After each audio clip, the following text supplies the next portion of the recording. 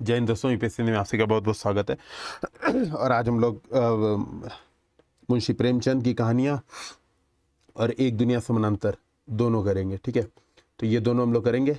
व्याख्या एक दुनिया समानांतर का एक मैंने ऑलरेडी आपको कराया हुआ था, उसको एक बार देखिएगा वापस अगर वीडियो में देखना होगा तो।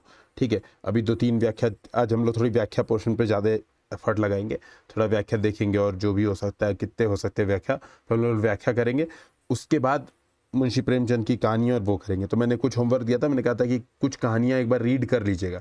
जब रीड कर लेंगे तो उससे क्या फ़ायदा होगा, रीड कर लेने से सबसे बड़ा फ़ायदा होगा, कुछ एक एक दो दो लाइन के स्टेटमेंट केवल काम आएंगे। दूसरी बात ये, जब कहानियों पे आंसर लिखिएगा तो पहले मैं क्या करता हूँ, स्टार्टिंग में ही आप लोग को ये बता देता हूँ कि क्या क्या करना है, किन बातों का ध्यान रखना है। तो जब कहानियों पे आंसर लिखिएगा, ठीक है, आवाज़ आ रही है ना मेरी, हाँ, तो आप क्या कर सकते हैं, आप पहली बात तो मुंशी प्रेमचंद की कहानियों पे आंसर लिख रहे हैं तो आप जयशंकर प्रसाद, ठीक है, जो नई कहानियां हैं उनसे कुछ कुछ चर्चा कर सकते हैं। फॉर एग्जांपल मैं एग्जांपल एक दे के बताता हूं, जैसे यहाँ पर है बूढ़ी काकी।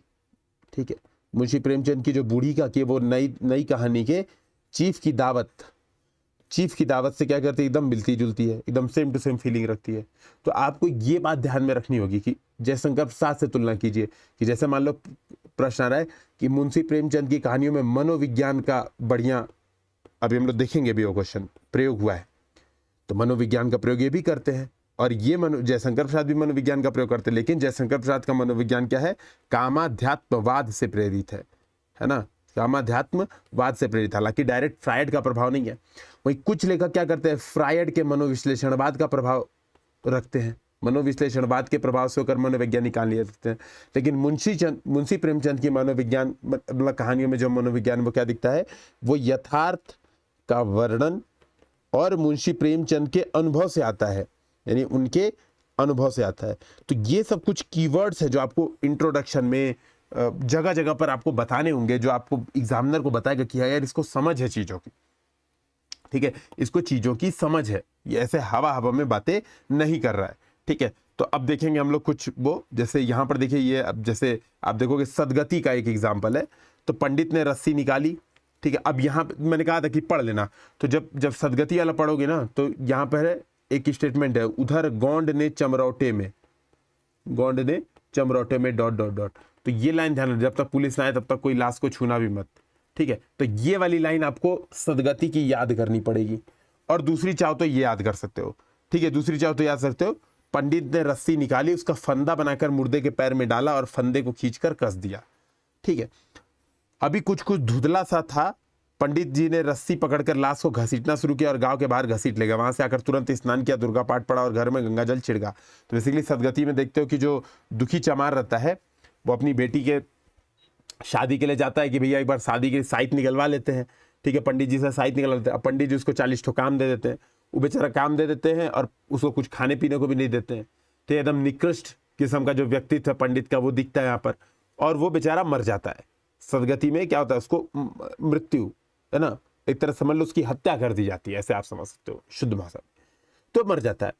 अब मर जाता है तो अब लाश ठिकाना कैसे लगाना है, तो पंडित जी का वही दिखा रहा है कि उसके बाद भी चूंकि वो चमार जाति का है तो पंडित ने क्या किया, उसके बाद भी उसकी रिस्पेक्ट नहीं की। चलो लास्ट राइट, जो अंतिम क्रियाकर्म है वो कम से कम ढंग से कर दें। पंडित ने क्या किया, रस्सी बनाकर फंदा डाल के खींच के बाहर कर दिया। ठीक है, तो क्या कर रहा है, ब्राह्मण वर्ग की क्रूरता और पाखंड को अनावृत कर दे रहा है। तो इंट्रोडक्शन जब ऐसा आप करेंगे तो आप क्या लिखेंगे, ऐसे लिखेंगे सीधे सीधे, मुंशी प्रेमचंद की कहानियों में दलित या मुंशी प्रेमचंद की कहानियों में यथार्थ का वर्णन, ठीक है, यथार्थ का वर्णन, ठीक है, या आप ऐसे कह सकते हो, मुंशी प्रेमचंद की कहानियों में, ठीक है, मुंशी प्रेमचंद की कहानियों में समय के साथ साथ यथार्थ का वर्णन प्रबल हो चुका है। ठीक है, प्रबल हो चुका है। सदगति नामक कहानी में या उपरोक्त गद्यांश भी सदगति नामक कहानी का ही एक हिस्सा है। ठीक है, सदगति नामक कहानी का हिस्सा है जहां पर यथार्थ के साथ साथ दलित चेतना भी प्रारंभिक तौर पर दिखाई देने लगती है। ठीक है, प्रारंभिक तौर पर दिखाई देने लगती है। उपरोक्त गद्यांश में उपरोक्त गद्यांश में दुखी चमार द्वारा वही फिर अपने बेटी के अच्छे भविष्य की कामना से जाने पर पंडित या दुखी चमार पंडित के घर पूरे दिन केवल इस वजह से बेगारी करता है कि पंडित जी उसकी बेटी की शादी की साइत निकाल कर देंगे, और ऐसा करते समय उसकी मृत्यु हो जाती है। मृत्यु के बाद की स्थिति का मार्मिक वर्णन किया गया है, या प्रेमचंद द्वारा मार्मिक वर्णन किया गया है। ठीक है, तो वही है, आप देखोगे कि क्रूरता और पाखंड पूरा तरह से दिखता है कि भाई उसको मरने के बावजूद भी जो धर्म है, ठीक है, हिंदू समाज व्यवस्था में धर्म किस तरह से साधारण और दलित वर्गों को शोषण को बढ़ावा दे रहा है, यहां पर इस स्टेटमेंट में वो दिखाया गया। तो आप देख सकते हो ये कहीं ना कहीं प्रगतिवादी चेतना का प्रारंभ भी है। मुंशी प्रेमचंद की कहानियों में जो प्रगतिवादी चेतना है उसका प्रारंभ भी आपको यहाँ पर दिख जाता है। तो आप इस बात को यहाँ पर बता दीजिएगा, ठीक है, इस बात को ये प्रॉपर बता दीजिएगा। ठीक है, तो ये ध्यान में रखिएगा। इसके बाद जब देखेंगे आप अगली बात, ठीक है, अगला अगर स्टेटमेंट देखेंगे तो आपको ये लाइन याद रखनी है, बच्चे हामिद ने बूढ़े हामिद का पार्ट खेला था, बुढ़िया अमीना बालिका अमीना बन गई, वह रोने लगी। ये लाइन याद रखिएगा। तो बेसिकली जो ईदगाह कहानी आपको ध्यान होगी, ठीक है, पढ़े ही होंगे, बचपन में भी पढ़े होंगे, अभी भी पढ़ना ही पड़ेगा भाई, ठीक है, इसको देख लीजिएगा। तो उसमें बेसिकली क्या होता है, जब वो चिमटा लेके जाता है तो क्या होता है, देखो बाल मनोविज्ञान देखो, यहाँ पर थोड़ा सा बाल मनोविज्ञान देखो, बच्चा कैसे, ये बात समझिएगा, थोड़ा इस बात को समझिएगा। तो इस कहानी में मैं काम की बात बस बता रहा हूं, बच्चा कैसे समय से पहले बड़ा हो गया, समय से पहले बड़ा हो गया, बेसिकली उसका बचपना छीन गया। भाई बचपन में आप अपने लिए चाट पकौड़ी यही सब खरीद रहे हो, आपको पैसे मिल रहे हैं, 10 5 20 रुपए मिल रहे हैं, तो आप इंजॉय कर रहे हो, वही तो सबसे महत्वपूर्ण है। लेकिन इस कहानी में क्या हुआ, चूंकि वो बच्चा बहुत गरीब था, गरीबी, बेरोज आप कह सकते हो जो माता पिता का अभाव इत्यादि ने क्या किया, उसको उसके समय से पहले बचपना छीन लिया। अब वो सोचने लगा, वो अपनी दादी के बारे में, बूढ़ी दादी के बारे में सोचने लगा। तो वो जब लेके जाता है तो बच्चे आमिद ने क्या किया, बूढ़े आमिद का पार्ट खेला था। बेसिकली जब वो चिमटा लेके जाता है तो उसको दादी का रोज हाथ जल जाता था, तो उसको दादी को देख के रोना आ गया, एकदम वो बच्ची बन गई। तो ये ध्यान में रखिएगा, ये आपको लाइन बहुत महत्वपूर्ण, मतलब एकदम रोंगटे खड़े हो जाते हैं जब ये कहानी आप इमोशन होके सोचोगे। अगर आप इंपैथी के साथ ये कहानी पढ़ोगे ना तो आपको एकदम लगेगा अरे क्या बात हो गई, मतलब है ना, क्या बात हो गई। तो ये थोड़ा सा ध्यान में रखिएगा, ठीक है, ये ध्यान रखिएगा, बस यही महत्वपूर्ण। बाकी तो आप ये लाइन पढ़ ही लेंगे, देख लेंगे एक बार, है ना, बहुत महत्वपूर्ण नहीं है, क्योंकि मुझे काम की चीज़ ही आपको बतानी है कि ये लाइन आपको याद रखना है, ठीक है, जब कभी प्रश्न आएगा तो ये यूज करना है, ठीक है। फिर अगला ये वाला देखोगे तो ये वाला बेसिकली क्या है, कफन। अब ध्यान रखिएगा कफन में क्या है, कफन चरम यथार्थवाद है। सदगति से 1930 के आसपास सदगति लिखी गई थी, 1936 के आसपास कफन लिखी गई। सदगति मैंने कहा था, जब वो कहता ना उधर गोंड ने चमरौटे में जाकर कह दिया था या घोषणा कर दिया था। जब गोंड चमरौटे में जाकर घोषणा करता है तो क्या करता है, दलित चेतना की शुरुआत हो जाती है। वो कह देता है ना कि भैया कोई उठाना मत। उसी समय देश में देखोगे अंबेडकर के आंदोलन चल रहे थे, तो अंबेडकर के आंदोलन चल रहे थे उसी समय देश में, और दलित चेतना का आरंभ हो चुका था। तो मुंशी प्रेमचंद क्या है, चूंकि यथार्थवादी लेखक है तो उनको ये चीजें दिखने लगी थी। तो सदगति में ये दिखा, कफन में क्या दिखा, कितनी क्रूर व्यवस्था दिखी कफन में, ठीक है। तो कफन में कितनी क्रूर, मतलब एक बार डेट चेक कर लेना, मेरे हिसाब से 1930-36 में सही बता रहा हूँ, एक बार कोई बात नहीं, हम देख लेंगे एक बार, ठीक है, एक बार श्योर हो जाएंगे, अभी याद मत कीजिएगा, एक बार श्योर हो जाएंगे।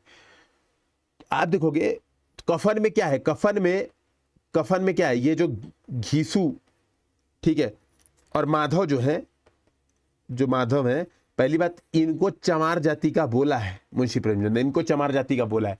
सबसे बड़ी बात है चमार जाति का बोला है, तो यहीं पे मुंशी प्रेमचंद की आलोचना भी होती है, बहुत कटु आलोचना होती है कि इसको चमार क्यों बनाया। लेकिन इसके पीछे बहुत बढ़िया कारण यह है कि एक तो गरीबी, तो घीसू और माधव गरीब हैं, प्लस उनकी जो जाति है, जातिगत जो अक्षमता है। देखो कई बार क्या होता है, गरीब रहने पर भी कई बार क्या होता है, जैसे तुलसीदास जी भी काफी गरीब थे, लेकिन उनके पास जातिगत अक्षमता नहीं थी, उनको कोई ऐसा नहीं था कोई पानी पीने को ना दे, कोई खाने को ही ना दे।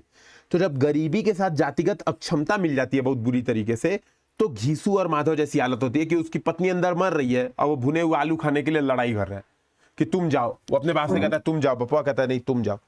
तो ये बात समझिएगा। तो बेसिकली चमार जाति का बताकर क्या कर रहे हैं दृश्य को एकदम यथार्थ रूप दे रहे हैं मुंशी प्रेमचंद। तो ये बहुत महत्वपूर्ण है, ध्यान में रखिएगा। तो बेसिकली अब यही यहाँ पे स्टेटमेंट आप देखेंगे तो क्या लिखा है, जिस समाज में रात दिन मेहनत करने वालों की हालत उनकी हालत से बहुत अच्छी न थी, किसानों के मुकाबले में ये लोग जो किसानों की दुर्बलता से लाभ उठाने जाते थे ज्यादा संपन्न थे। गोदान में भी तो यही बात है भाई, होरी दिन रात मेहनत कर रहा है, लेकिन उसकी मेहनत का लाभ कौन उठा रहा है? तो उसकी मेहनत का लाभ उठा रहे हैं साहुआइन, ठीक है, उसकी मेहनत का लाभ उठा रहे हैं राय साहब, ठीक है। तो ये बात समझिएगा। तो वही कह रहा है वहां इस तरह की मनोवृत्ति पैदा हो जाना अचरज की बात नहीं थी। कैसी मनोवृत्ति? इनका जो आलसपन था, जो ये कुछ कामचोरी करते थे, पूरी तरह से कामचोरी करते थे, तो ये वाली मनोवृत्ति पैदा हो जाना, ठीक है, कह रहा है कुछ अचरज की बात नहीं है। ये बात ये कह रहा है कोई अचरज की बात नहीं है, ठीक है। तो ये ध्यान में आप रखिएगा, ये बहुत महत्वपूर्ण है, ठीक है, ये आप इंपॉर्टेंट है, इसको ध्यान में रखिएगा, ठीक है। तो ये ध्यान में रखिएगा बस, यथार्थवाद पूरी तरीके से, है ना। अब इस बार थोड़ा सा हम लोग ये देख लेते हैं एक दुनिया समानांतर की। तो मैंने कुछ कुछ नोट किया कौन कौन सा दिखाना है मुझे, बाकी रीडिंग आपको सब करना है। देखो रीडिंग अब सब करना है ना। तो जितना रीडिंग करोगे, जिसका जिसका एग्जाम है, जितना प्रैक्टिस करेंगे, मैं आपको बस वैल्यू एडिशन करवा रहा हूँ, और ये वैल्यू एडिशन आपने अपनी रीडिंग के साथ कंबाइन कर दिया ना, तो मैं बता रहा हूँ इस बार की यूपीएससी में सबसे बढ़िया रैंक यूपीएससी हिंदी के इस कोर्स से ही आने वाली है। बशर्ते थोड़ा सा ध्यान रखना है, ठीक है, थोड़ा सा ध्यान रख के, थोड़ी सी एफर्ट लगा के क्वेश्चन सारे अटेम्प्ट करके आने हैं, ठीक है। एग्जाम में ये टारगेट होना चाहिए, ये नहीं कि मेरा ये चीज, अब आपको ये टेंशन नहीं लेना एग्जाम में कि सर ये चीज मेरा छूट गया, सर ये चीज मेरा छूट गया, सर अभी मेरा ये चीज रह गया, ये सब अब टेंशन लेके नहीं जाना एग्जाम में। अब ये मानना है कि मैंने सब पढ़ लिया, ठीक है, सब पढ़ लिया, अब मुझे बस एग्जाम में जाके अपना बदला लेके आना है, ठीक है। प्री मेरा निकला है इस बार पहली बार, और इस बार ही मुझे खत्म फाइनल सिलेक्शन लेके आना है, बजाय की टेंशन के। मैं आपसे बता रहा हूँ 3-3 साल लोगों ने तैयारी की है, और आप देखोगे हमने यहाँ पे वीडियो भी बनाई थी, तो लोगों ने 3-4 साल हिंदी लिटरेचर पढ़ा, लेकिन 230 नंबर आए, और मैंने 3 महीना ढंग से पढ़ा, ठीक है, मैंने 3 महीने ढंग से पढ़ा और मेरे 263 आए। बहुत ज्यादा आपका जो पॉजिटिव सकारात्मक एप्टीट्यूड है ना, एटीट्यूड है सॉरी, सकारात्मक जो मनोवृत्ति इस समय होगी कि यार मुझे ये भी आता है, मुझे ये भी आता है, मुझे डरना नहीं है, ठीक है, वो देखना आपके लिए बहुत काम की चीज होगी यहाँ पर। तो यहाँ पर यही लगता है, ठीक है, यहाँ पर ये पढ़िए। तो कह रहा है मुझे कभी कभी लगता है कि वह किसी का मुहताज ना होना चाहता था, इसके लिए उसने कोशिश भी की जिसमें यह असफल रहा। चूंकि वह मरना नहीं चाहता था इसलिए जोक की तरह जिंदगी से चिपटा रहा, लेकिन लगता है जिंदगी स्वयं जोक सरीखी उससे चिपटी थी, धीरे धीरे उसके रक्त की अंतिम बूंद तक पी गई। तो इसमें यह लाइन रखना है याद, चूंकि वह मरना ना चाहता था इसलिए जोक की तरह जिंदगी से चिपटा रहा, लेकिन लगता है जिंदगी स्वयं जोक सरीखी उससे चिपटी थी। देखोगे जो ये पढ़ोगे तुरंत याद आ जाएगा कि हाँ जिंदगी एवं जोक की है, ठीक है। अमरकांत। एक चीज और करना है यहां पर, क्या करना है, जो आपके पास एक दुनिया समानांतर की बुक होगी उसके आगे क्या होगा, उसके आगे लेखक, मतलब यहाँ पे कहानी का नाम और यहाँ पे लेखक का नाम दिया होगा। तो आपको क्या करना है, यही टेबल में यहाँ पर इंपॉर्टेंट पात्र भी नोट कर लेना है, पात्र भी नोट कर लीजिएगा। तो मेरे हिसाब से ये टेबल एक बार अपने सामने चिपका लीजिए, 1-2 दिन बीच बीच में देख लीजिएगा, क्योंकि बहुत महत्वपूर्ण है कि लेखक, मतलब कहानी, लेखक और इंपॉर्टेंट पात्र। जब पात्रों के साथ आंसर लिखोगे ना तो बहुत बढ़िया आंसर होगा। जैसे अभी जब हम लोग अभी पेपर 1 का जब गद्य सेक्शन भी थोड़ा सा करेंगे, तो वहां पे देखोगे जब नई कहानी आंदोलन पे चर्चा करोगे, तो आप अगर बता रहे हो ना पूरा कि राजेंद्र यादव की ये कहानी है, ठीक है, उषा प्रियंवदा की कहानी, ठीक है, मछलियां में ऐसा ऐसा किया गया है, ठीक है, जब ऐसे बता रहे हो, मतलब एक बार मैं भी चेक करूंगा, मुझे भी थोड़ा सा भूलता है। अमरकांत की कहानी जिंदगी और जोक, हरिशंकर परसाई की कहानी, ठीक है, में ऐसा कहा गया है, तो आपका आंसर और ज्यादा मजबूत होता है, तो आपका आंसर बहुत ही बढ़िया होता है, ठीक है। तो ये ध्यान में, इस बात को, छोटी छोटी बात को ध्यान में रखिएगा, बहुत महत्वपूर्ण है ये बातें, तो ध्यान में रखिएगा। तो मैं वही कह रहा हूं, तो ये टेबल जरूर बना लीजिएगा, ठीक है ना, ये टेबल जरूर बना लीजिएगा। तो यहां पर क्या है, बेसिकली मैं, जो कि इस कहानी का प्रमुख पात्र है, वो रजुआ के प्रति अपने विचार को व्यक्त कर रहा है, ठीक है। तो मैं रजुआ के प्रति अपने विचार को व्यक्त कर रहा है, और आप ये बताएंगे कि नई कहानी आंदोलन। अब आप देखो, जब ये आप आएगा ना, ये जब मतलब एक दुनिया समानांतर से प्रश्न आएगा, तो आप इंट्रोडक्शन इसी तरह से कीजिएगा कि यह नवलेखन के दौर की, ठीक है, नवलेखन की दौर की लीक से हटकर, या आप ऐसे कह सकते हो इंट्रोडक्शन। देखो नई कहानी वाले में पैराग्राफ का मतलब जो ये व्याख्या खंड है, इसका इंट्रोडक्शन आप इस तरह से जैसे, अगर ऐसा आ रहा है, देखो अलग है, तो आप ऐसे लिख सकते हो, सामान्यतः नवलेखन का दौर, सामान्यतः नवलेखन का दौर संबंधों की टूटन, अकेलापन, अलगाव, ठीक है, अलगाव और अस्तित्ववादी मान्यताओं से ग्रस्त है, अस्तित्ववादी मान्यताओं संयुक्त होकर लेखन है, मान्यताओं से युक्त होकर लेखन है। लेकिन लेकिन लेकिन उसके प्रतिनिधि संकलन एक दुनिया समानांतर की कहानी जिंदगी एवं जोक उस लीक से हटकर लिखी गई कहानी है, जिसमें यह प्रसंग में मैं रजुआ के प्रति अपने विचारों को व्यक्त कर रहा है, या जिसमें सभ्य समाज द्वारा गरीब व्यक्ति के अंतहीन शोषण को अभिव्यक्त किया गया है। ठीक है, तो नवलेखन का दौर में थोड़ी विविधता भी है। सामान्यतः देखोगे नवलेखन के दौर में लगभग हर कहानी, जितनी कहानियां हैं, लगभग कहानियों में कुछ बातें बहुत ही कॉमन है। जैसे आप देखोगे संबंधों की टूटन, चाहे लीना किशोर के संबंधों का टूटन हो, ठीक है, चाहे वो अपना एक और जिंदगी में संबंधों की टूटन हो, ठीक है, चाहे ये अपना ये संजय निशीथ और दीपा वाली जो कहानी है उसमें संबंधों का टूटन हो, चाहे मछलियों में संबंधों का टूटन हो, ठीक है, चाहे आप देखोगे नए परिंदे में संबंधों का टूटन हो, तो जितनी भी कहानियां देखोगे सामान्यतः आपको संबंधों की टूटन प्रमुख विषय दिखाई देगी। लेकिन आप देखोगे, ठीक है, लेकिन आप देखोगे हरशंकर परसाई की कहानी, ठीक है, जिंदगी और जोक, ये क्या करती है, थोड़ी सी लीक से हट कर है। हरशंकर प्रसाद की कहानी क्या करती है, मुझे कहानी का नाम अभी नहीं याद आ रहा है, बेसिकली वो स्वर्ग, वो यमराज वाला था कुछ, तो अभी याद आ जाएगा। ठीक है, सामाजिक यथार्थ को दर्शाती है, सामाजिक यथार्थ पर व्यंग्यात्मक लेखन है। व्यंग्यात्मक लेखन हो तो नाम याद करना ही पड़ेगा। ठीक है, सामाजिक यथार्थ पर व्यंग्यात्मक लेखन है हरशंकर प्रसाद की कहानी, हरशंकर परसाई की कहानी। उसी तरह से आप देखोगे ये जो जिंदगी और जोक है, ये भी क्या है, लीक से हटकर लिखी गई कहानी है। ठीक है, तो आप ये बात यही आप इंट्रोडक्शन में दे सकते हैं कि सामान्यतः नई कहानी ऐसा है, लेकिन ये वाली कहानी ऐसी है। और मान लो वही वाली कहानी आ गई, सपोज मान लो लीना किशोर वाली कहानी में ही आ गया। ठीक है, लीना और किशोर की जो कहानी है, टूटना है, शायद चेक कर लेना एक बार, राजेंद्र यादव की टूटना है, उसी में लीना और किशोर का, ठीक है, वो है। मान लो यही अगर आ जाता है पैराग्राफ, तो क्या लिख देना, तो लिख देना कि सामान्यतः ये वाली है और यह नई कहानी का क्या है, उदाहरण है, प्रमुख उदाहरण है, जहां पर प्रसंग ये ऐसा ऐसा है।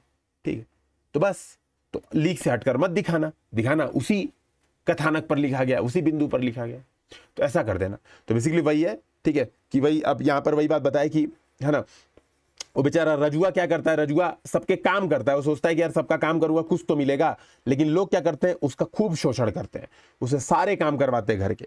ठीक है, सारे घर के काम करवाते हैं। ठीक है, और लोग क्या करते हैं, उसको मतलब बहुत बुरी तरह से शोषण करते हैं। लेकिन भाई सीधी बात है, तो इसीलिए वो क्या करता है, सबके पास जाता रहता है, उसको बीमारी हो जाती है, किसी औरत के साथ भी आता है, लेकिन किसी तरह वही कह रहा है कि जिंदगी से जोक की तरह वो चिपका हुआ था। लेकिन मैं को ऐसा लगता है बाद में कि नहीं, जिंदगी उससे जोक की तरह चिपटी हुई है और उसका खून पिए जा रही है।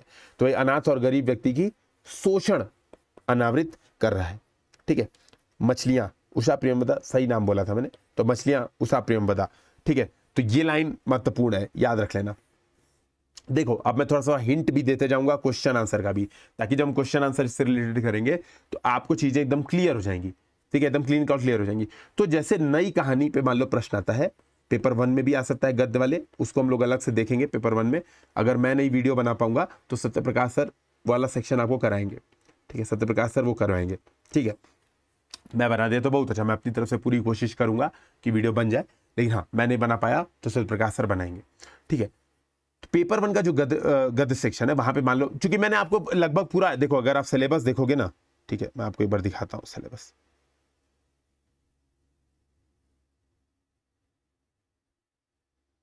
और ये नोट्स एक बार जरूर देख लेना। मैं फिर से ये बात कहूंगा, जो लोग एग्जाम देने जा रहे हैं, ठीक है, जो लोग एग्जाम देने जा रहे हैं, खास तौर पे इस नोट्स के जो आखिरी पन्नों में कुछ चीजें हैं वो जरूर देख लीजिएगा, बहुत महत्वपूर्ण है। जैसे रेखा चित्र आप देखोगे, जैसे हिंदी गद्य की अन्य विधाएं ना, डायरेक्ट मुझे यही आपको बेसिकली पढ़ाना ही है, डायरेक्ट रेखा चित्र ये देखोगे सीधे सीधे, तो यहाँ पर पूरी बातें बताई है, बस इसी को 150 शब्दों में लिखना है आपको एग्जाम में। ठीक है, महादेवी वर्मा के संस्मरण या रेखा चित्र आएंगे, दोनों में से कुछ भी आ जाए डायरेक्ट वही लिख देना है। इसी तरह से देखोगे हिंदी संस्मरण का उद्भव और विकास पे प्रश्न आएगा, तो डायरेक्ट यही बात आपको बतानी है कि कैसे उद्भव और विकास हुआ संस्मरण। समकालीन संस्मरण में रविंद्र कालिया का गालिब छुटी शराब और कांति कुमार जैन, इस पे एक अलग से प्रश्न आता है कांति कुमार जैन पे, तो हम लोग करेंगे इसको। ठीक है, मतलब ये पक्की बात है, करना ही है ना। देखो मैंने क्लियर लिखा है, राजेंद्र यादव पे मान लो प्रश्न आ जाता है, ठीक है, राजेंद्र यादव प्रश्न आता है, भाई नई कहानी वाला सारा लिख देना है ना। टूटना याद भी आपको, स्त्री पुरुष संबंध, राजेंद्र यादव कहानी क्या, स्त्री पुरुष संबंध, पुराने संबंधों की स्मृति, भय संत्रास, अपराध बोध, जीवन का एकाकीपन, यही सब है। 2-3 एग्जाम्पल जहां लक्ष्मी कैद है, टूटना हम लोग पढ़ाई है, हमारे सिलेबस में भी है, ठीक है। पुराने नाले पर नया फ्लैट, लंच टाइम, प्रश्नवाचक पेड़, कुछ 2-4 याद रखना पड़ेगा, ठीक है, 2-4 याद रखना पड़ेगा, है ना। तो आप देखेंगे तो यही मतलब मैंने बहुत बढ़िया से इसमें नोट्स में बनाया है, पूरा हिंट दिया है, और आपका बहुत अच्छे से काम हो जाएगा, प्रॉपर बहुत अच्छे से काम हो जाएगा, ठीक है। लेकिन हाँ, फिर भी मैं यही सजेशन दूंगा कि करिए, मतलब इसको जो लोग एग्जाम देने जा रहे हैं उसको ये कर लीजिएगा, ये छोटी छोटी चीजें छोड़ के मत जाइएगा। सिलेबस में एक बार देखता हूँ कहाँ था, 1 मिनट वेट कीजिए, प्रॉपर सिलेबस निकाल के थोड़ा सा डिस्कशन 2 मिनट कर ही लेते हैं। तो यहां पर देखोगे, ठीक है, यहां पर देखोगे तो हमने प्रेमचंद को कर लिया, ठीक है, हमने यशपाल कर लिया, है ना, यशपाल कर ही लिया, हमने रेणु कर लिया, ये 3 कर ही लिया। पेपर 1 में भी तो देखना, पेपर 1 में भी हम ये काम करते जा रहे हैं, ठीक है, ये काम हम पेपर 1 में भी करते जा रहे हैं। अब जैसे प्रेमचंद प्रमुख कहानीकार पे आ जाएंगे तो फोड़ ही दोगे आप लोग, ठीक है, फोड़ ही दोगे। मोहन राकेश का भी एक और जिंदगी कर लोगे, फोड़ ही दोगे। बस थोड़ा थोड़ा इनके बारे में अलग से पढ़ना है, कुछ फैक्ट्स इकट्ठा करने हैं। जैसे अब ध्यान देना, जैसे देखो, जैसे जयशंकर प्रसाद की कहानियां का कुछ एग्जाम्पल याद करना है, कुछ एग्जाम्पल, ठीक, एग्जाम्पल याद करना है, बस यही है। इधर देखोगे नाटक वाले में जब अभी हम करेंगे तो हम क्या करेंगे, भारतेंदु हमने कर लिया है, भारत दुर्दशा कर लिया है, ठीक है, ये हमने कंप्लीट कर लिया है। अभी हमने स्कंदगुप्त करेंगे, जयशंकर प्रसाद हो जाएंगे, तो हमें क्या याद रखना है, मोहन राकेश अभी आधे अधूरे और वो करेंगे। इसमें हम क्या करेंगे, जगदीश चंद्र माथुर को अलग से करेंगे, ये इंपॉर्टेंट है, ये महत्वपूर्ण नहीं है, इसको छोड़ देंगे, ठीक है। तो जगदीश चंद्र माथुर एक टॉपिक करेंगे, तुम्हारा ये हो जाएगा कंप्लीट, केवल हमें एक करना है, बाकी पेपर 2 में कंप्लीट, ठीक है। लिंकेज करने आप लोग को आ ही गया है, बहुत समझा दिया लिंकेज, क्योंकि भाई हमारी लिमिटेशन भी ये थी ना, 250 के आसपास क्वेश्चन। हाँ भाई, हर टॉपिक पर अगर 2-2, 3-3 क्वेश्चन लगेंगे करने, तो जैसे प्रमुख नाटककार में जो सबसे प्रमुख है जगदीश चंद्र माथुर, जो इसी पे प्रश्न आता है बेसिकली, ठीक है, जगदीश चंद्र माथुर, तो यही करेंगे। भारतेंदु जयशंकर प्रसाद पे सामान्यतः प्रश्न नहीं आएगा, पेपर 1 में सामान्यतः प्रश्न नहीं आएगा तो जयशंकर प्रसाद का स्कंदगुप्त आपको बताइए, चंद्रगुप्त नाम रट लो, एक नाटक एक्स्ट्रा बता देना। भारतेंदु का भी अंधेर नगरी, है ना, नील देवी, ये जो हम लोग भारतेंदु कर रहे थे तो वहां पे बताया था, 2-4 याद रख लेना, ठीक है, याद करो, एग्जाम्पल उस समय बताया था प्रॉपर डिटेल में, ठीक है। तो ये बात ध्यान में रखिएगा। इसी तरह से जब हम निबंध करेंगे तो निबंध में हमारा ये सारा काम हो जाएगा, ठीक है, निबंध में हमारा सारा ये काम हो जाएगा। तो आप देखोगे जब यहाँ पे चूंकि निबंध है ना, अभी देखोगे यहाँ पर हमने भारत दुर्दशा कर ली, पहले बार पेपर 2 देख लेते हैं। हमने जो है प्रेमचंद आज खत्म हो जाएगा, ठीक है, यशपाल कर लिया हमने, ये कर लिया और आज ये भी हो जाएगा। तो हमारे पास बचेगा स्कंदगुप्त, निबंध नीलय, ठीक है, चिंतामणि और मोहन राकेश, आषाढ़ का एक दिन, ये हमारा बचेगा, ठीक है। ये चार टॉपिक हमारा बचेगा, मतलब 4 दिन का और लेक्चर है, ठीक है, 4 दिन का और लेक्चर, ये खत्म हो जाएगा। अब यहां पर देखोगे ध्यान से, ठीक है, यहां पर ध्यान से देखोगे तो जब रामचंद्र शुक्ल का ये निबंध कर लोगे ना, चिंतामणि कविता क्या है, इस पे जब क्वेश्चंस कर लोगे, इसके 1-2 कह सकते हैं हम व्याख्या देख लोगे, तो हिंदी गद्य की ललित निबंध और मतलब निबंध वाला पार्ट हो जाएगा। इसी तरह से रेखा चित्र, ठीक है, इस तरह रेखा चित्र हमें क्या करना है, केवल और केवल रेखा चित्र में एक व्यक्ति की रेखा चित्र ध्यान से करने, किसके, महादेवी वर्मा के रेखा चित्र, ये सबसे महत्वपूर्ण है। संस्मरण महादेवी वर्मा के। यात्रा वृतांत में 2 लोग को हमें करना है, अज्ञेय और एक और है, अभी देख लेंगे, मैं नाम बहुत फेमस है, वो राहुल सांकृत्यायन है शायद, हाँ वही है, जो भी है वो, उनका हम देख लेंगे एक बार।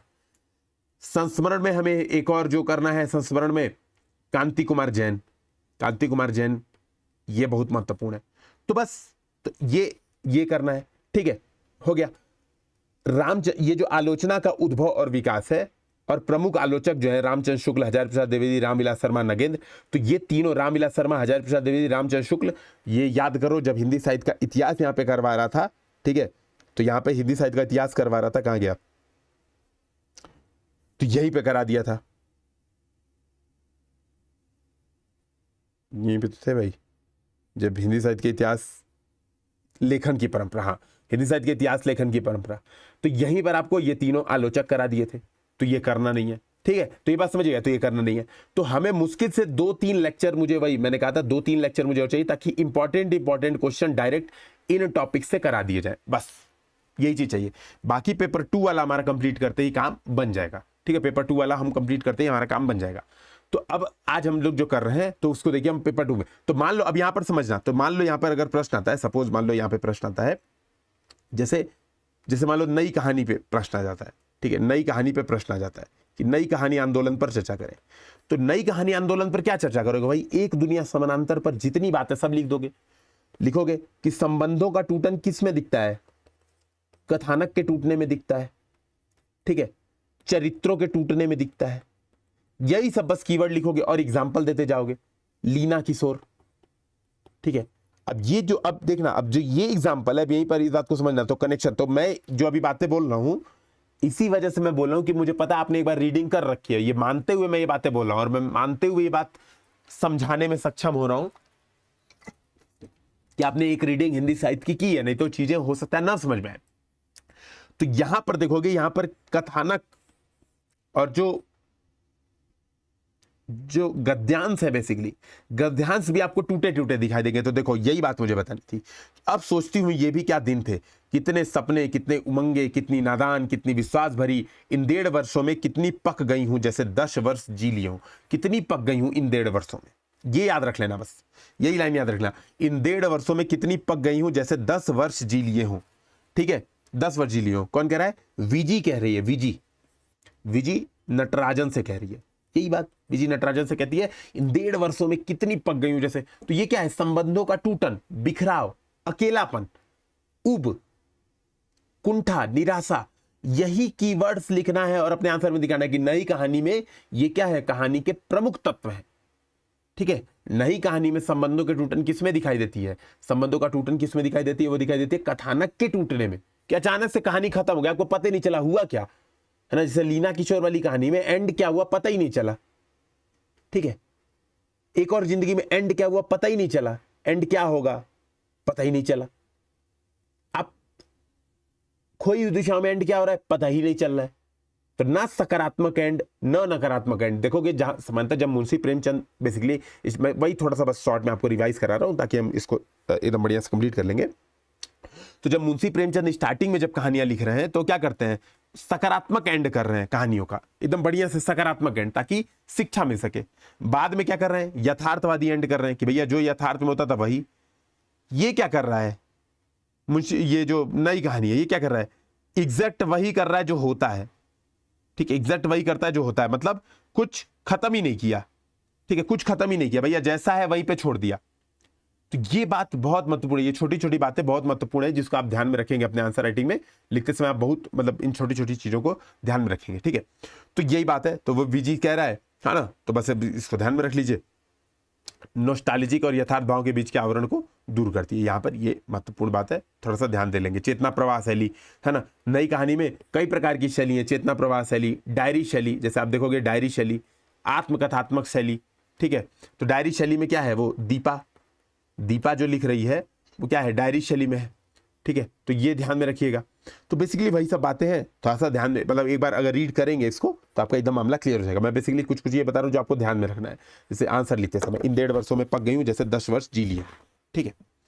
क्योंकि समय कम है, आपको रिवीजन भी कराना, ये बात ध्यान में रखिएगा, ठीक है। फिर ये बात है मेरा दुश्मन, जो कृष्ण बलदेव वैद्य की है। तो इसमें क्या है? कह रहा है हमारी कामयाब शादी की बुनियाद भी इसी पर कायम है कि उसकी हर बात सही होती है और मैं अपनी हर गलती को चुपचाप और फौरन कबूल कर लेता हूं। ऊपर से कुछ भी क्यों ना कहे, मेरी फरमाबरदारी पर पूरा भरोसा है। तो कह रहा है कि देखो वास्तविकता दिखा रहा है, संबंधों की वास्तविकता, कि पति पत्नी के संबंधों में सीधी बात है एक व्यक्ति को कभी ना कभी झुकना पड़ेगा, नहीं तो शादी रुक ही नहीं सकती। अगर दोनों लड़ेंगे, दोनों इस बात को लड़ेंगे नहीं गलती तुम्हारी गलती मेरी है, ठीक है, तो क्या होगा? संबंधों का टूटन तय है। लेकिन ये जो कह रहा है कृष्ण बलदेव वैद्य की जो मेरा दुश्मन जो कहानी है, ठीक है, उसमें क्या कह रहा है? उसमें मैं कह रहा है, ठीक है, मैं कह रहा है कि भाई झगड़ा, मतलब शादी का सबसे बड़ा कारण यही है, अच्छा सही है कि पत्नी हमेशा सही मान लेता हूं मैं, कि पत्नी हमेशा सही है और मेरी गलती हमेशा होती है। ध्यान रखिएगा। इस कहानी की महत्वपूर्ण बात क्या है? इस कहानी की महत्वपूर्ण बात यह है कि यह मनोवैज्ञानिक कहानी है। ध्यान रखिए, मनोवैज्ञानिक कहानी है जहां पर विखंडित व्यक्तित्व है। एक जो व्यक्ति है जो नायक है, ठीक है, नायक क्या है? नायक मैं ठीक है, तो नायक क्या है, और वह, मैं और वह में, यह नहीं है, मैं और वह, तो नायक दो व्यक्तित्व में खुद को विभाजित किया हुआ है। यहां पर आप समझोगे, जब कहानी पढ़ोगे तो आपको आइडिया लगेगा, और पढ़ा ही होगा, मैं इतना मान कर चल रहा हूं कि भैया इसका मेंस है वो कहानी ये तो देख के ही गया होगा अब तक, ठीक है। तो नायक मैं और वह में क्या है, टूटा हुआ है, खंडित व्यक्तित्व है, ठीक है, खंडित व्यक्तित्व है, और यही बात वो दर्शा रहे। तो बस ये कीवर्ड ध्यान रखना, एक दुनिया समानांतर में संकलित है, मनोवैज्ञानिक कथ्य की कहानी है, कृष्ण बलदेव वैद्य लिखते हैं, और वही बता रहे कि भैया क्यों झगड़ा नहीं होता है, क्योंकि मेरी गलती नहीं भी होती है तो मैं मान लेता हूं। तो सूक्ष्म मनोवैज्ञानिक कथ्य की अभिव्यक्ति है, संबंधों की टूटन व्यंजित हुई है, व्यंग शैली है, उर्दू हिंदी मिश्रित है, ठीक है, उर्दू हिंदी मिश्रित है, बुनियाद कायम होना, ठीक है, और प्रवाहमयी, बहुत बढ़िया भाषा है। तो आप कह सकते हो इस पर क्या करता है, इस पर इस कहानियों का मंचन भी किया जा सकता है। देखो ये भी अच्छी बात है कि इन कहानियों का कर सकते हो आप, मंचन भी आराम से कर सकते हो, डायलॉग्स बहुत छोटे हैं, शॉर्ट हैं, तो आप इस बात को बता सकते हो, ठीक है। फिर एक ये इसमें ना बादलों के घेरे में, ये बहुत महत्वपूर्ण है व्याख्या के नजरिए से। तो व्याख्या के नजरिए से अगर मैं देखूं, ठीक है, प्रीवियस ईयर क्वेश्चन, तो बादलों के घेरा बहुत महत्वपूर्ण है, बादलों का घेरा। तो मेरे हिसाब से इसका सारा व्याख्या आप देखेंगे, इसमें जो सबसे महत्वपूर्ण है, ठीक है, ये बादलों का घेरा आप देखेंगे, एक और बादलों का घेरा, बाकी सब नहीं महत्वपूर्ण है मेरे हिसाब से। मेरा मानना है व्यक्तिगत तौर पे कि व्याख्या के नजरिए से एक बादलों का घेरा आपको ढंग से आना चाहिए, ठीक है। और दूसरा एक और अभी दिखाता हूं आपको, परिंदे, परिंदे कहाँ है, ठीक है, क्योंकि बहुत ज्यादा कहानी, कोई दिशाएं देखिएगा आप, पढ़िएगा, ठीक है ना, कुछ कुछ याद रखिएगा कि यह राजधानी, एक एक लाइन किसी, मैं वही कह रहा हूं, इन जो व्याख्या है ना, व्याख्याएं आप पढ़ेंगे, देखो समझना, व्याख्या आप पढ़ेंगे, हर कहानी में से एक एक दो दो लाइन लिख लो, जितनी याद आ पाएंगी यूज कर लेना, नहीं याद आएगी छोड़ देना, ठीक है। नहीं तो भाई आपके पास तो जो कंपलसरी क्वेश्चन नहीं होगा, देखो जो क्वेश्चन लिखना होगा, ठीक है, जो क्वेश्चन मतलब कंपलसरी होगा 5 क्वेश्चन, वो तो व्याख्या आएगी पेपर 2 में, ठीक है, पेपर 2 में तो व्याख्या आएगी। पेपर 1 में क्या आएगा, नई कहानी से प्रश्न पूछेगा कि नई कहानी बताओ, तो नई कहानी में जरूरी थोड़ा ना जो आपको याद होगा वही बताना, ठीक है भाई। टूटना का याद है स्टेटमेंट, तो टूटना का बता देना, नए परिंदे का याद है तो परिंदे का बता देना, ठीक है। एक और जिंदगी का याद है तो एक और जिंदगी का स्टेटमेंट दे देना, खोई दिशाएं का याद है तो खोई दिशाएं का दे देना। वो तो आपको जो याद है आप उसके माध्यम से अपनी बातों को कह सकते हो, ठीक है, वो ध्यान में रखिएगा। इसीलिए मैं कह रहा हूं कि 2-2 4-4 एग्जाम्पल याद रख लो, बहुत है, ठीक है, एक एक 2-2 एग्जाम्पल याद कर लो, सुबह लेके थोड़ा रटो, ठीक है। गुल की बनो महत्वपूर्ण है, हाँ ये परिंदे बहुत महत्वपूर्ण है, निर्मल वर्मा की जो परिंदे हैं ये मेरे हिसाब से बहुत महत्वपूर्ण इंपॉर्टेंट है।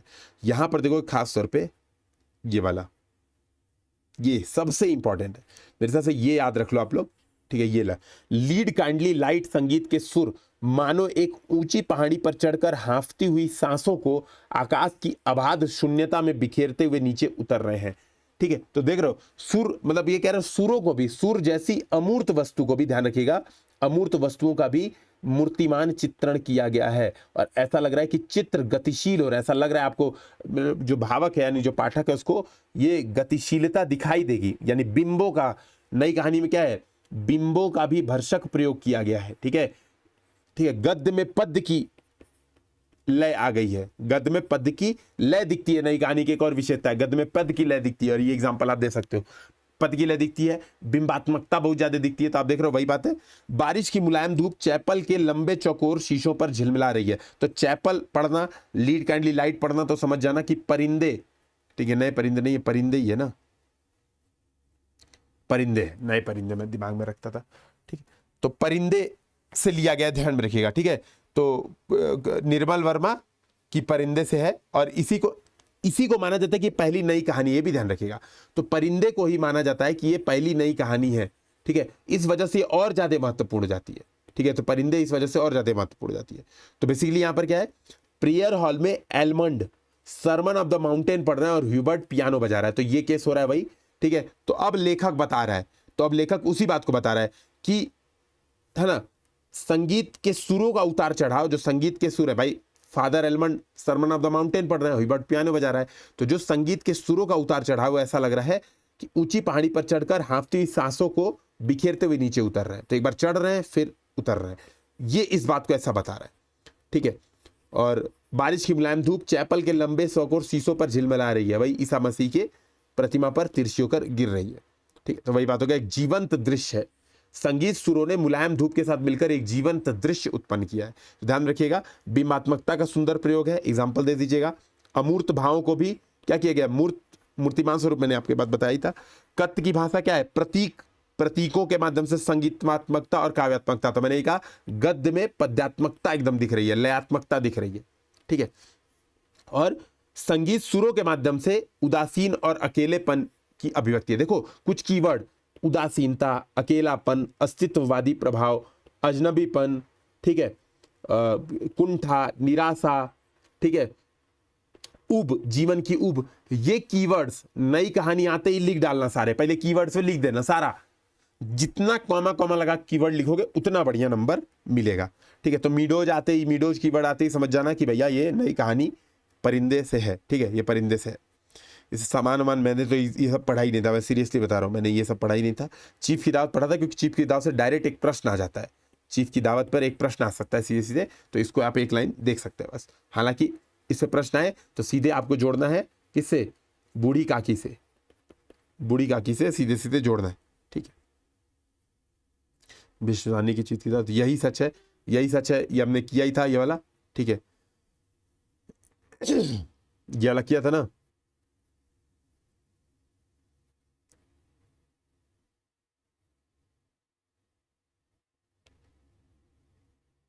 ये वाला हमने किया था ऑलरेडी डे 1 में, ठीक है।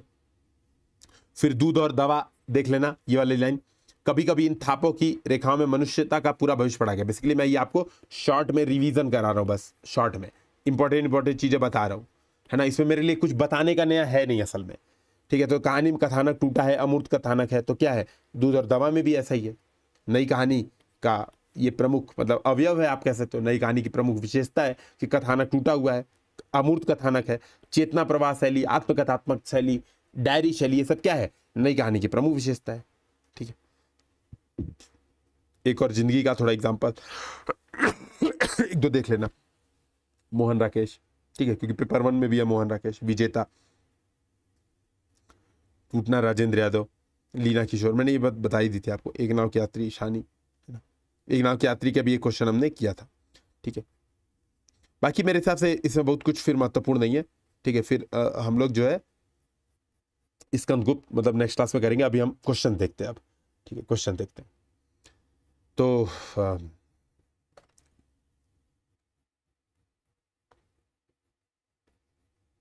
मैंने लगभग आपके सब तैयारी कर रखी है, आप चिंता मत कीजिए, ये मत सोचिएगा कि तैयारी नहीं है, पूरी तैयारी है, ठीक है। तो पहले हम लोग एक एक करके करते हैं। मैं आपको बस वैल्यू एडिशन यहाँ पे ऐड कराते जाऊँगा, क्योंकि इसमें बहुत कुछ करने का नहीं है मेरे लिए, ठीक है। इंट्रोडक्शन, मेन बॉडी, कंक्लूजन बहुत लिखा है आपको यहाँ पे। काम की चीज़ें करेंगे ताकि सही समय पे आपका खत्म भी हो जाए, क्योंकि पढ़ने से आपको एक बार रीड तो आपको करना ही है, रीडिंग कर लोगे तो काम बन जाएगा, जिन लोगों का खास तौर पे मेंस है, ठीक है। तो रीडिंग मैंने सीधे बोला कि ये रीडिंग कर ले, मैं वैल्यू एडिशन आपको यहाँ पे करवा दूंगा डायरेक्ट, ठीक है। तो अब यहाँ पे क्वेश्चन है, प्रेमचंद की कहानियों में मनोविज्ञान का सुंदर प्रयोग हुआ है, आप इस मत से कहां तक सहमत है। तो मैंने कहा कि इंट्रो में ये बात बताना कि मनोविज्ञान का प्रयोग, ठीक है, बहुत सारे, ठीक है, हिंदी साहित्य में बहुत सारे कहानीकारों ने किया है, हिंदी साहित्य में बहुत सारे कहानीकारों ने किया है। जयशंकर प्रसाद जहां पर मनोविज्ञान हेतु कामाध्यात्मवाद या शैवानंदवाद को आधार बनाते हैं, वहीं बहुत सारे लेखक क्या करते हैं, फ्रायड के मनोविश्लेषणवाद का प्रयोग करते हैं। परंतु प्रेमचंद अपने गहरे जीवन अनुभव के आधार पर विभिन्न वर्गों के व्यक्ति की मन स्थितियों का अंकन करते हैं। अब प्रेमचंद की कहानियों में किन किन कहानियों में मनोविज्ञान का वर्णन, ईदगाह याद आ गया, बाल मनोविज्ञान, बालक हामिद ने, तो आपको पूरा बताना है कि अब ऐसे देखो, इसको ऐसे नहीं लिख देना कि ईदगाह में बालक मनोविज्ञान। मैं एक पूरा आपको एक मतलब पैराग्राफ समझा रहा हूं, बाकी आपको मैं एग्जांपल बताऊंगा, आपको खुद से लिखना है, ठीक है। तो जैसे ईदगाह वाले बताना है तो पूरा आपको बताना है कि ईदगाह नामक कहानी में क्या किया प्रेमचंद ने हामिद के माध्यम से यह दर्शाया है, या हामिद के माध्यम से बाल मनोविज्ञान का सूक्ष्म अंकन किया है, और ये बताया कि कैसे जीवन का अभाव, ठीक है, गरीबी, है ना, गरीबी और माता पिता के न होने से बच्चा समय से पूर्व अपना बालपन खो देता है। जब हामिद चिमटा लेकर जाता है तो ऐसी उस स्थिति उत्पन्न होती है कि, ठीक है, या तो उसे देखकर अमीना चिमटा पकड़कर रोने लगती है। प्रेमचंद लिखते हैं ... वही, ठीक है, कि बालक हामिद ने बूढ़े हामिद का पार्ट खेला और, ठीक है, ये बात खेलने लगता है। ठीक है, अब इसी तरह से तो यहां पर आपको ये दिख गया। अब देखो प्रेमचंद की बहुत सारी कहानियां, जैसे बूढ़ी काकी में क्या दिखा रहे हैं, बूढ़ी काकी में वृद्ध मनोविज्ञान दिखा रहे हैं कि किस प्रकार के वृद्ध भाई भूख से ग्रस्त है बेचारी, ठीक है, भूख से ग्रस्त है। और इसी में आपको एक लाइन लिख देना है कि बाद में इसी का प्रयोग भीष्म शाह ने भी चीफ की दावत जैसी कहानी में करते हैं, तो ये लाइन लिंक कर देना है। ठीक है, ठीक है, तो वृद्ध मनोविज्ञान भी दिखा दिया, बाल मनोविज्ञान भी दिखा दिया, किसान मनोविज्ञान भी दिखा दिया। किसान मनोविज्ञान किस में दिखा दिया? पूस की रात में। गोदान में तो दिखाते ही हैं, तो आप बताइए कि गोदान जैसे उपन्यास में तो दिखाते ही है, ठीक है, लेकिन पूस की रात में दिखाते हैं जहां वह मर्जाद की कामना नहीं करता है उसको अंतिम में। ठीक है, तो जो किसान रहता है हल्कू, वो मर्जाद छोड़ के अब क्या करता है, वो कहता है कि चलो बढ़िया, वो कहता है चलो अच्छा हुआ, है ना, वो कहता है चलो अच्छा हुआ। तो उसका मनोविज्ञान है कि किस तरह से वो एकदम फ्रस्ट्रेट हो गया आप किसानी से। ठीक है, तो किसान मनोविज्ञान। दलित मनोविज्ञान भी दिखाया है, दलित वर्ग की चेतना। तो सदगति कहानी में क्या किया, दलित वर्ग की, मैंने वही दिखाया गौंड ने चमरोटे में। ठीक है, तो दलित वर्ग की चेतना भी दिखा दी, ठीक है, चेतना भी दिखा दी दलित वर्ग की, है ना। और कफन में दिखाया, कफन में क्या दिखाया है कि किस प्रकार से गरीबी और साथ में जन्मधारित अक्षमता, जन्मधारित अक्षमता क्या करती है, गरीबी और जन्मधारित अक्षमता मिलकर घीसू और माधव जैसे व्यक्तित्व को जन्म दे देती है। घीसू और माधव जैसे व्यक्तित्व को जन्म देती है, जो घोर निकारे और निकम्मे टाइप के व्यक्ति आप बता देंगे। दलित विज्ञान मनोविज्ञान में प्रयोग किया, नारी मनोविज्ञान में प्रयोग किया, नया विवाह। ठीक है, तो नया विवाह में क्या होता है, बेमेल विवाह दिखाते हैं कि बड़े उम्र के साथ शादी तो हो गई, लेकिन वो क्या है, हम उम्र व्यक्ति की ओर आकर्षित है, जो पत्नी है। ठीक है, ईदगाह में हमने बता दिया, बूढ़ी काकी बता दिया, वृद्ध मनोविज्ञान। तो भाई बस 4-5 ऐसे बता दीजिएगा कि हाँ बहुत बढ़िया हुआ है। फिर आप कहेंगे ध्यान रखिए, है ना, तो मनोविज्ञान से प्रभावित है, लेकिन मूल उद्देश्य, कंक्लूजन का लिखेंगे, मूल उद्देश्य यथार्थ का वर्णन है, जो कि अंतिम समय में चरम यथार्थवादी होते गए हैं, चरम यथार्थवादी होते गए। ठीक है, और इसी क्रम में मनोविज्ञान दर्शाते हुए प्रेमचंद ने बहुत प्रकार की शैलियां, ठीक है, बहुत प्रकार की शैलियों का भी प्रयोग किया, जैसे आप देख पाओगे। ठीक है, जैसे चेतना प्रवाह शैली, आत्मकथात्मक शैली इत्यादि का भी प्रयोग कर दिया है, तो शैलियों का भी प्रयोग किया है, तो आप ये बात बता देंगे। ठीक है, फिर एक क्वेश्चन है, दलित जीवन के चित्रण के संदर्भ में प्रेमचंद की कहानियों पर विचार कीजिए, क्या उन पर दलित विरोधी होने के आरोपों को आप उचित मानते हैं? तो ये ध्यान रखिएगा। ठीक है, यहां पर क्या है, यहां पर पहले कौन कौन सी कहानी के एग्जांपल देना है आपको, सदगति, ठीक है, सदगति और कफन, ये दो प्रमुख एग्जांपल है जो दलित जीवन का चित्रण कर रहे हैं। ठीक है ना, दलित जीवन का चित्रण कर रहे हैं। गोदान इत्यादि में अब देखो कह रहा है दलित विरोधी होने के आरोपों का आप उचित मानते हैं, तो दलित विरोधी क्यों बोल रहा है, क्यों लोग इनको दलित विरोधी कहते हैं? तो आप कहेंगे दलित विरोधी इस वजह से, आप इस बात का एक बार बताएंगे कि क्यों कुछ आलोचक इनको दलित विरोधी मानते हैं, क्योंकि इन्होंने घीसू और माधव को चमार जाति का बताया है, चमार बताया है। तो आप बताएंगे इस वजह से आलोचक इसकी आलोचना करते हैं, लेकिन फिर आप इस आलोचना को खारिज कर देंगे, आप कहेंगे नहीं, वो यथार्थ है, प्रेमचंद चरम यथार्थ की बात करते हैं। ठीक है, वो दलित विमर्श की यांत्रिकता से युक्त नहीं है। ठीक है, दलित विमर्श की यांत्रिकता से युक्त नहीं है कि दलित में जबरदस्ती चेतना का सृजन कर दें। वो दिखा रहे कि कैसे दलित होना और गरीब होना दोनों एक साथ जुड़ के इस प्रकार के निकारेपन, निकम्मेपन को जन्म देती है। तो आप इस प्रकार की उनको बचा भी लेंगे। तो इस क्वेश्चन का कंटेक्स्ट बेसिकली यही है। अब ध्यान रखो, जब इंट्रोडक्शन लिखोगे, कह रहा दलित जीवन के चित्रण के संदर्भ में प्रेमचंद की कहानियों पर विचार कीजिए। ठीक है, तो यही कह रहा है दलित जीवन का चित्रण कैसे किया है। तो आप क्या बताएंगे इंट्रोडक्शन में? ठीक है, आप इंट्रोडक्शन में बताएंगे साहित्य या आप बताएंगे, सॉरी क्या नाम था, आचार्य रामचंद्र शुक्ल के अनुसार साहित्य जनता की चित्त वृत्तियों का संचित प्रतिबिंब है। प्रेमचंद जिस दौर में लेखन कर रहे हैं उस दौर में अंबेडकर, फिर ये बात बता देंगे कि डॉक्टर अंबेडकर के नेतृत्व में दलित विमर्श प्रारंभ हो चुका था। ऐसे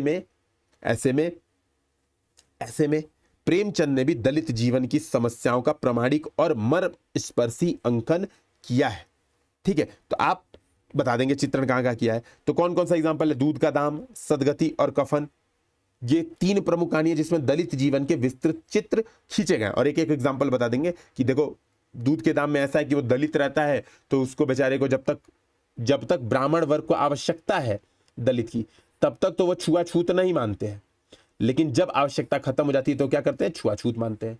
इस प्रकार से सदगति में दिखाएंगे कि किस प्रकार से दलितों का शोषण हो रहा है। फिर आप उसी लाइन, तो आप पहले क्या दिखाएंगे? पहले दूध के दाम का बताएंगे कि दूध के दाम में किस प्रकार मंगल का शोषण होता है, पूरा वो आपने बताया। ठीक है, आपने उसको शॉर्ट में, एक पैराग्राफ बहुत शॉर्ट में बताया। फिर आपने बताया इसी क्रम में आगे बढ़ते हैं सदगति कहानी में दुखी चमार की मृत्यु हो जाती है और ब्राह्मण वर्ग क्या करता है? शोषण और क्या करता है? पाखंड से तब भी पीछे नहीं हटता है। और जो पंडित जी रहते हैं, पंडित क्या करते हैं? उसको पैर से खींचते हैं। ठीक है, पंडित पैर से खींचते हैं। आप बताएंगे लेकिन इस कहानी में दलित चेतना उदित होते हुए दिखने लगती है और गोंड ने चमरौते में जाकर वो वाली लाइन लिख देंगे। फिर आप कहेंगे, ठीक है, फिर आप कहेंगे इसी प्रकार उन्होंने क्या किया? मर्मस्पर्शी वर्णन अपनी उसमें भी किया है। आप बताएंगे, ठीक है, इसमें आप बताएंगे। अब आप दूसरे में आएंगे आगे।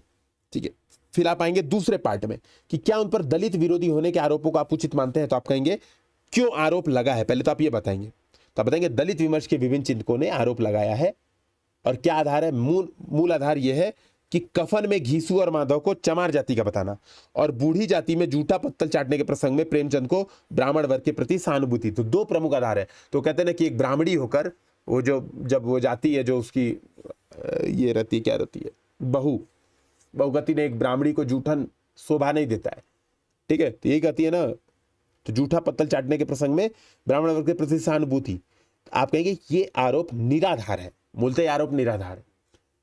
अपने उपन्यासों में प्रेमचंद सिलिया, वो सिलिया वाली कहानी याद है ना? ठीक है, माता दीन, दलित चेतना को विस्तृत रूप से अंकन करते हैं और कहानियों में पीछे नहीं हटते हैं। ठीक है, क्योंकि घीसू माधव की जो संवेदन शून्यता है उसका कारण जाति के साथ गरीबी जुड़कर और मार्मिक बना देती है, यानी उस स्थिति को जाति के साथ गरीबी जुड़कर और मार्मिक बना देती है। तो आप ये बात बताएंगे। ठीक है, ठीक है, तो ये हो गया। फिर अब आता है एक क्वेश्चन, पूस की रात की कहानी की संवेदना पर प्रकाश डालिए। ठीक है, तो ये ध्यान रखिएगा, जब पूस की रात की कहानी की मूल संवेदना क्या है? मूल संवेदना गरीबी की और किसानी की, किसान जीवन का अभावग्रस्त हो जाना, ये मूल संवेदना है, अभावग्रस्त हो जाना। इसको जोड़ना है कफन से भी, कफन से भी। तो कफन में क्या कहते हैं प्रेमचंद कि जिस समाज में अभावग्रस्त है ना, या जिस समाज में किसानों की उपज किसानों को न मिलकर, ठीक है, किसानों के जो उसका लाभ उठाता है उसको मिल जाती है, या उसका फायदा, वो लाइन याद रखिएगा, मुझे सारी लाइन याद थोड़ा ना है, मैं आपको बस बता रहा हूं कि किस तरह से जोड़ना है कहानी को। उसी प्रकार की स्थिति यहां पर भी है, पूस की रात में भी है। तो आप बताएंगे, ऐसे तुलना करते हो बताएंगे कफन से और घीसू माधव जैसे संवेदना शून्य व्यक्ति उत्पन्न हो जाते हैं। उसी प्रकार की स्थिति का वर्णन क्या किया है? पूस की रात में भी किया है। ठीक है, पूस की रात में भी किया उसी प्रकार का स्थिति का वर्णन। ठीक है, तो हल्कू की भी स्थिति वैसी ही है कि उसका फायदा क्या कर रहे हैं लोग, बार बार जो उधार दिया है वो आके उधार ले जाता है, बेचारा पैसा रखे रहते हैं सब कंबल खरीदने का, पैसा क्या होता है? लेके जाता है। ठीक है, जो साहूकार है वो पैसा लेके जाता है, तो वो बेचारा जल जाती है जब खेत, तो प्रसन्न हो जाता है, कहता है देखो ये लास्ट में, ये बहुत महत्वपूर्ण बात है। ठीक है, ध्यान रखिएगा। तो आपको गोदान से तुलना करना है। ठीक है, आपको मार्क्स से तुलना करना है, बहुत महत्वपूर्ण है। तो मार्क्स, गोदान और कफन, तो मैंने ये बात बताई कि कफन से आपको तुलना, ये 3 बहुत महत्वपूर्ण है। ठीक है, मूल संवेदना क्या है पूस की रात कहानी का? मूल संवेदना है गरीबी और किसानी जीवन का अभावग्रस्त होना। ठीक है, अभावग्रस्त होना। तो ये 2 चीजें क्या है? मूल संवेदना है। ठीक है, ये दो चीजें मूल संवेदना है। इसी बात को आप बताएंगे, एक्सप्लेन करेंगे। ठीक है, क्या हो जाएगा? और ये लाइन याद रखिएगा, ये लाइन याद रखिएगा कि रात में ठंड में आता तो सोना नहीं पड़ेगा। ठीक है, तो गोदान से तुलना करते हुए बताएंगे। ठीक है, बताएंगे कि गरीबी के मूल कारण क्या है? मूल कारण क्या है? असमान वितरण, संसाधनों का असमान वितरण। ठीक है, तो मार्क्स के शब्दों में है ना। और आप कहेंगे कि प्रगतिवाद हो भी जाती है, ठीक है। पूस की रात 1930 में रचित थी, ठीक है, सदगति नहीं थी। कफन 1936 में, वो सही बताया था मैंने, चरम यथार्थ पर पहुंच जाती है, ठीक है। तो आप ये बात बता देंगे,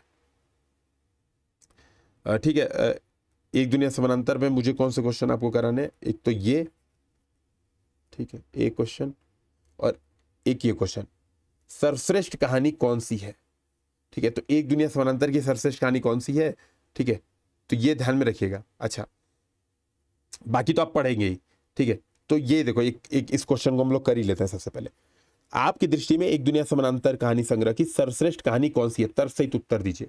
जब ये क्वेश्चन आप बताना, मैं तो कहूंगा सबसे अलग लिखो आंसर, सबसे अलग, ठीक है। तो जैसे वो क्या है, एक मिनट, हरशंकर परसाई की कहानी का नाम हुआ क्या था, एक मिनट देख लेते हैं, मैं भूल गया। भोला राम का जीव, ठीक है, याद आ गया, भोला राम का जीव। हाँ, वो थोड़ा सा प्रैक्टिस में रहेगा तो आपको भी याद आ जाएगा तुरंत का तुरंत, ठीक है। तो हाँ, ये पहला ही लाइन था, ठीक है, पहला यही था, भोला राम का जीव। मैं तो आपको सजेशन दूंगा ना, ऐसी कहानी पे घुस जाओ, भोला राम का जीव सर्वश्रेष्ठ है। अब सुनो, मेरी बात समझना, किसी भी कहानी को आप सर्वश्रेष्ठ बता सकते हो। कैसे सर्वश्रेष्ठ बताओगे, आपको पहली बात ध्यान में रखना है। देखो, कह रहा है, ये बेसिकली क्वेश्चन ये कह रहा है ना कि तुम क्या करो ना, नई कहानी को पूरा एक बार चर्चा कर दो। देखो, कह रहा है एक दुनिया समानांतर कहानी संग्रह की सर्वश्रेष्ठ कहानी कौन सी है, तर्क सहित उत्तर दें, ठीक है। अब आपकी इच्छा और आप कितना बढ़िया आंसर लिख पाते हैं इस पर निर्भर करता है, आप कितना वैरायटी कर पाते हैं अपने आंसर को। तो जो कसौटी है, सर्वश्रेष्ठ कहानी की कसौटी है, ये आप डिसाइड करेंगे। यहां पे आपको मौका है, कह रहा है आपकी दृष्टि में क्या है। बस एक चीज का ध्यान में रखिएगा अपने आंसर में, जब सर्वश्रेष्ठ कहानी बताइएगा तो पहली बात तो संवेदनागत स्तर पर बताइएगा, संवेदनागत स्तर पर सर्वश्रेष्ठता। और जो आप कहानी लिया, मान लो आपने जैसे भोला राम का जीव अगर ही सेलेक्ट किया, तो आप बताइए क्यों ये संवेदनागत रूप से भी एकदम उत्कृष्ट कहानी है, उत्कृष्ट कहानी है। ये भी बात आपको बताइए। साथ में दूसरी कहानियों से तुलना करना है, तो एक कहानी ये तो उत्कृष्टता बता ही दी है, दूसरी कहानियों से तुलना करते हुए बतानी है। अभी मैं बताऊंगा, थोड़ा सा हिंट दूंगा, चिंता मत कीजिए, मैं पूरा एक्सप्लेन ही करूंगा ये क्वेश्चन, और मैं भोला राम के जीव के माध्यम से आपको बताऊंगा। ये वाला आप पढ़ ही लेंगे, इसमें क्या किया है, टूटना को सर्वश्रेष्ठ माना है। मैं आपको क्या करूंगा, भोला राम के जीव के माध्यम से बता दूंगा, ठीक है। तो आपको और बढ़िया से, मतलब और बढ़िया से आपको चीजें समझ में आ जाएंगी, ठीक है, और बढ़िया से चीजें समझ में आ जाएंगी। तो ध्यान रखिएगा, दूसरी कहानियों से तुलना भी करना है, और फिर शिल्पगत स्तर पे बताना है कि क्यों शिल्पगत स्तर पर भी यह न केवल संवेदनागत बल्कि शिल्पगत स्तर पर भी यह श्रेष्ठ है। तो अब देखो, जैसे मान लो मैंने क्या किया, भोला राम का जीव लिया, तो मैंने बताया संवेदनागत स्तर पर श्रेष्ठ है क्योंकि, ठीक है। तो सबसे पहले मैंने क्या किया, इंट्रोडक्शन में बता दिया नई कहानी, पहले नई कहानी के बारे में थोड़ा सा बता दिया कि नई कहानी, ठीक है, या सॉरी, एक दुनिया समानांतर नई कहानी आंदोलन का प्रतिनिधि संग्रह है राजेंद्र यादव के, वो आप बता देंगे, ठीक है। इंट्रोडक्शन में भी बता देंगे एक दुनिया समानांतर ये है जहां पर मूलतः समस्या संबंधों की टूटन, नव शहरीकरण के दौर में अकेलापन, अजनबीपन, कुंठा, निराशा, उब, वो सारा कीवर्ड लिख देंगे। यह मूल दृष्टि है, ठीक है, भोगायथार्थ मूल दृष्टि है, ठीक है, भोगायथार्थ मूल दृष्टि है ना। हालांकि इस संकलन की विभिन्न कहानियां सर्वश्रेष्ठता की दौर में आती है। आप बता देंगे कि बहुत सारी कहानियां, ठीक है, अगर कसौटियों पर विचार किया जाए तो बहुत सारी कहानियां होंगी। तो आप बता सकते हैं कि टूटना, एक और जिंदगी, बहुत सारी कहानियों को सेलेक्ट किया जा सकता है। लेकिन अगर किसी एक पर विचार करना हुआ तो मैं निम्नलिखित कारणों से भोला राम के जीव को क्या करूंगा, सर्वश्रेष्ठ मानूंगा। फिर कारण पैराग्राफ में बताएंगे 1, ठीक है। तो आपने बहुत सारी कहानियों को इंट्रोडक्शन में बता दिया कि एक और जिंदगी जो कि राजेंद्र यादव, मोहन राकेश के जीवन से प्रभावित है, भोगे यथार्थ से युक्त है। टूटना राजेंद्र यादव के जीवन से प्रभावित है, लीना किशोर, ठीक है ना। लेकिन मैं ये मानूंगा कारण निम्नलिखित है। क्यों? पहला पॉइंट, जहां हर कहानियों में मूलतः संबंधों के टूटन और भोगे यथार्थ पर बल है, वहीं भोला राम के जीव ने क्या किया है, सामाजिक, आप कह सकते हो जहां हर कहानी क्या कहते हैं, व्यक्तिगत जीवन के भोगे हुए यथार्थ पर बल दिया है।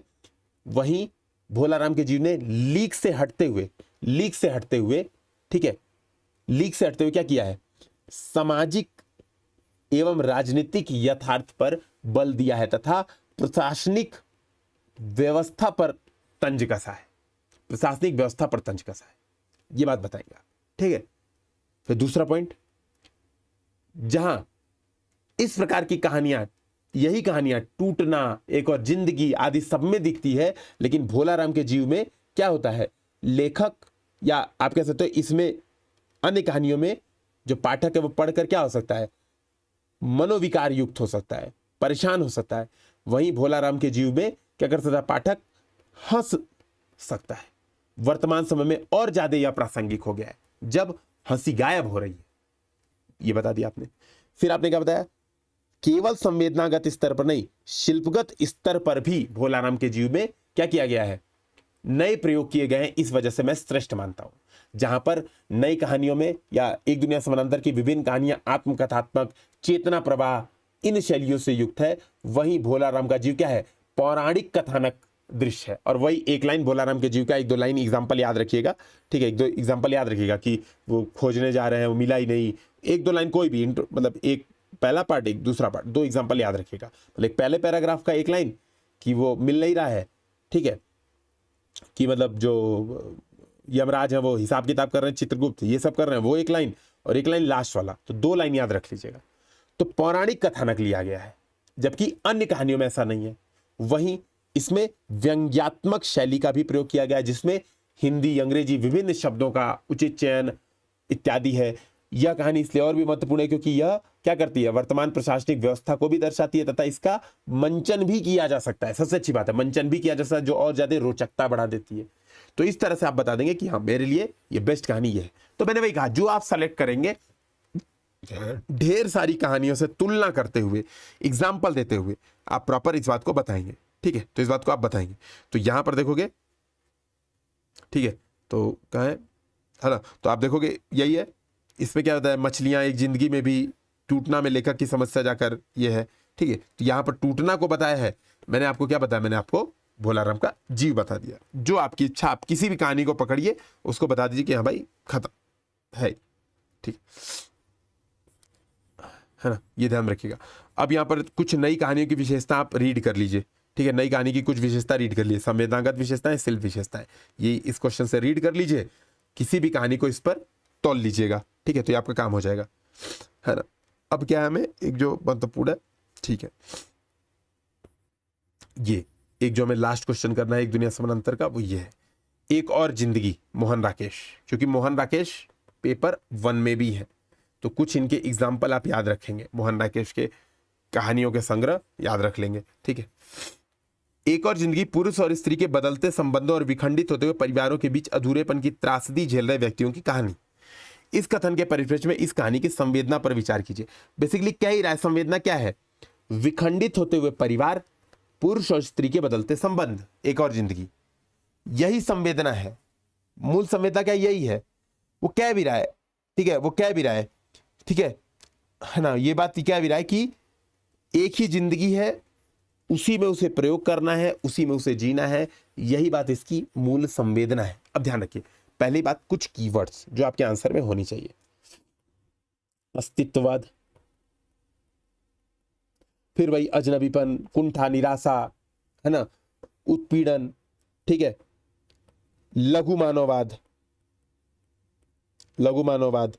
ठीक है, ये कीवर्ड्स आपके आंसर में आना चाहिए, पहली बात, ठीक है।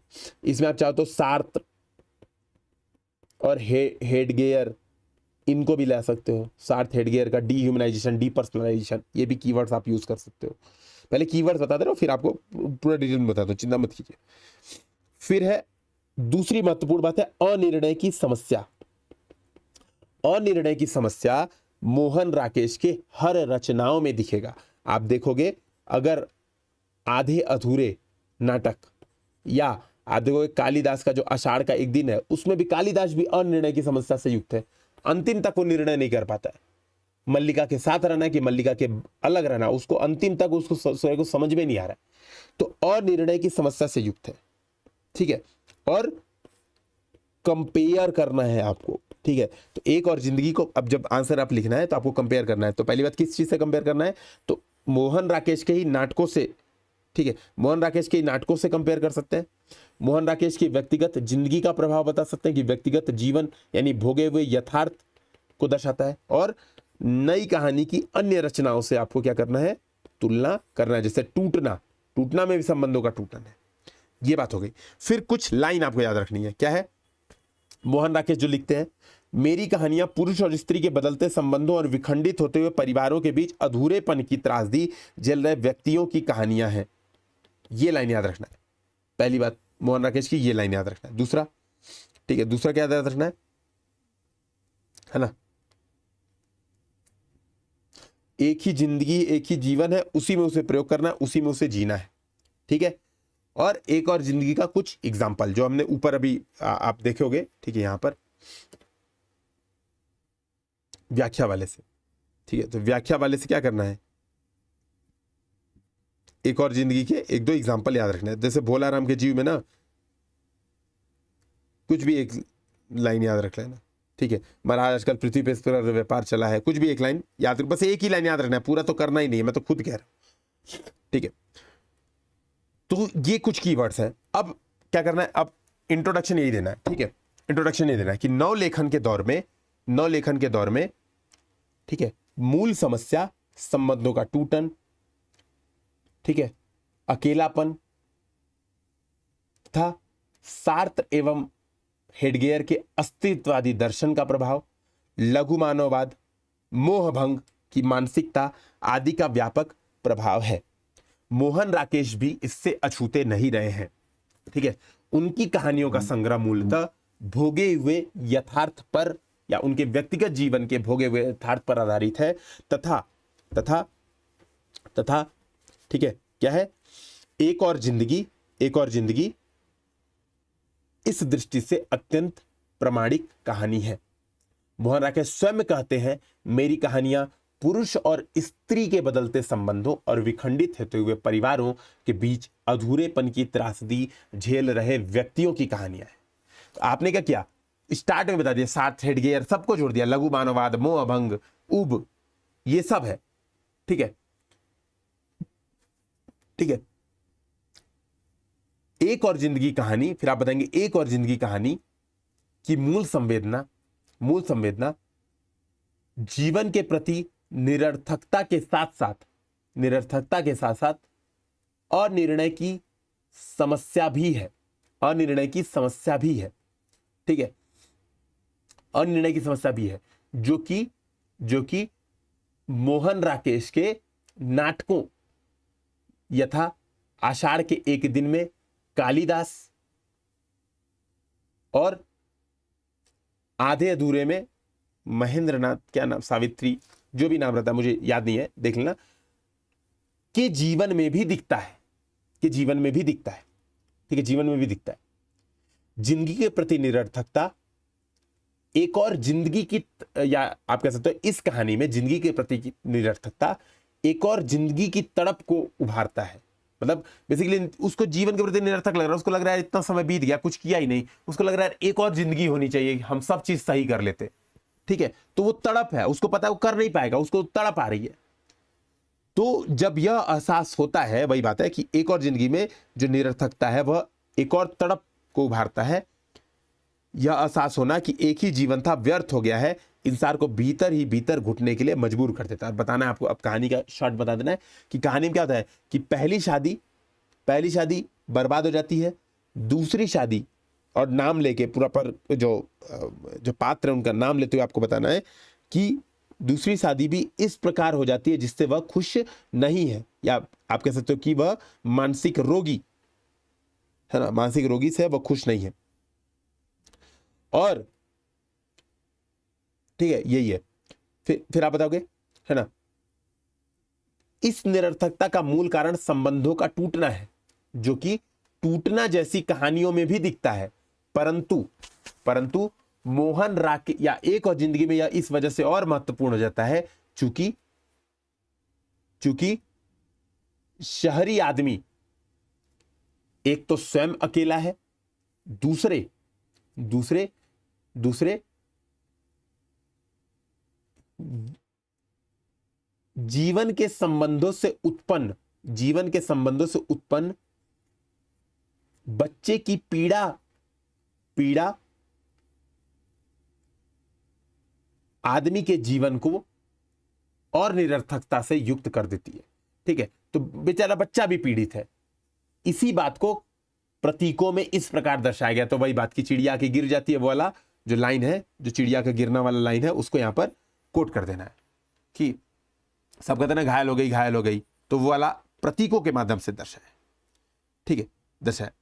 तो आपको ये बताना है कि मूलतः, फिर संवेदना बताते हुए क्या बताना है।